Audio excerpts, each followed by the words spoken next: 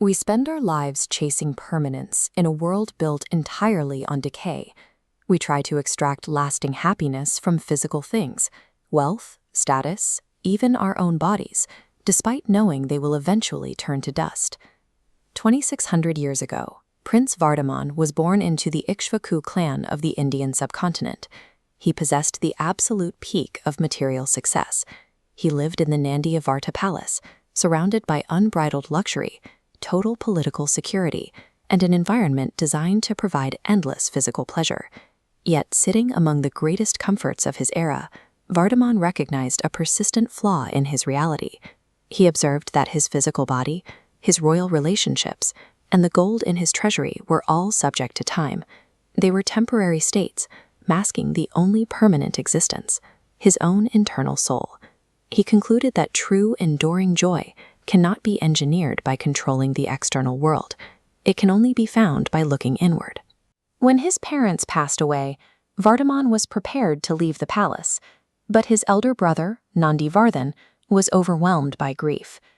Demonstrating deep empathy, Vardhamana agreed to delay his departure for 2 full years, living a highly disciplined life within the palace walls, simply to spare his brother the shock of a double loss. When those 2 years ended, at the exact age of 30, he walked away. He decisively abandoned his royal inheritance, his wealth, and his family ties. This was a brutal physical break from his past identity. He discarded his royal garments and rich jewelry. To completely sever his connection to physical vanity, he plucked the hair from his own head by hand. Uttering the phrase Namo Siddhanam, a bow to liberated souls, he officially stepped into the life of a wandering ascetic. This marked the start of a 12-and-a-half-year campaign of deep meditation to conquer his own nature. Renouncing the throne exchanged the governance of a kingdom for the far more difficult conquest of his own mind.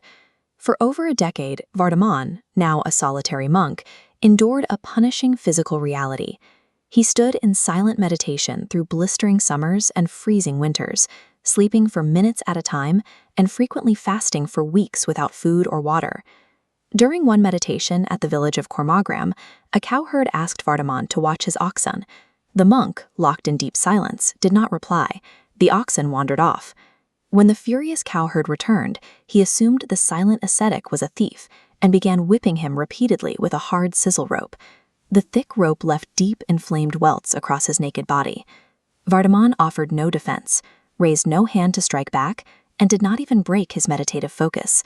He simply allowed the anger to wash over him. This was the forging of Ahimsa, a grueling, active choice to absorb aggression without returning it. Proving nonviolence is an endurance of the will rather than a theoretical abstraction.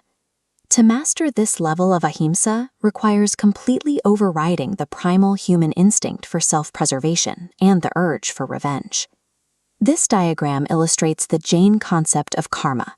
Unlike Western ideas of cosmic justice, Jainism treats karma as a physical substance, heavy, dark layers, like the Mohiniya or illusory karma shown here, that stick to the soul and suffocate its natural light, trapping it in a cycle of suffering.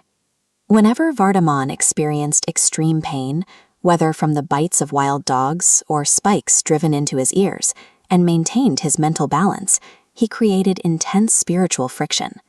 This friction actively burned away those heavy karmic layers, slowly exposing the pure energy underneath. The louder and more violent his external environment became, the deeper and more unshakable his internal stillness grew. By enduring excruciating physical pain without generating a single thought of hatred or aversion, he systematically shattered his remaining earthly attachments. 12 years, 5 months, and 15 days into his practices, he sat in a final, unbroken meditation beneath a sal tree on the banks of the Rijubaluka River. As the last of his deeply binding karmas scattered, Vardhamana achieved Kevala Jnana, ultimate enlightenment. His soul broke through its final restraints, realizing infinite knowledge and perception. At this moment, he became Mahavira, the great hero. According to tradition, a vast divine assembly pavilion, the Samavasaran, manifested in the sky. Mahavira took his place as the 24th Tirthankar, a ford maker, building a bridge across the ocean of worldly suffering. His first act of teaching was a direct strike against the established social order.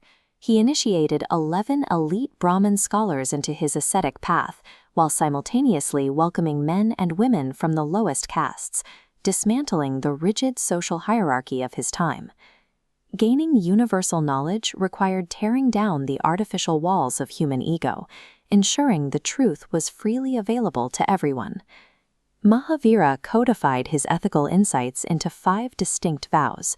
The 2 heaviest pillars of this system are Ahimsa, strict non-violence in thought, word, and deed, and Aparikaha, the active practice of non-attachment to possessions. He also introduced the principle of Anekantavada, illustrated by this rotating cylinder.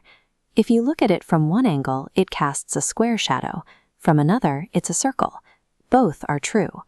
This doctrine of multiple viewpoints teaches that rigid dogmatism is just a failure of perspective. His vast observations on biology, physics, and human ethics were recorded by his closest disciples into comprehensive texts known as the Jain Agamas. Looking at the precise calligraphy of these surviving manuscripts, we see the physical preservation of an entire system of reality. These ancient blueprints survived to shape the modern world.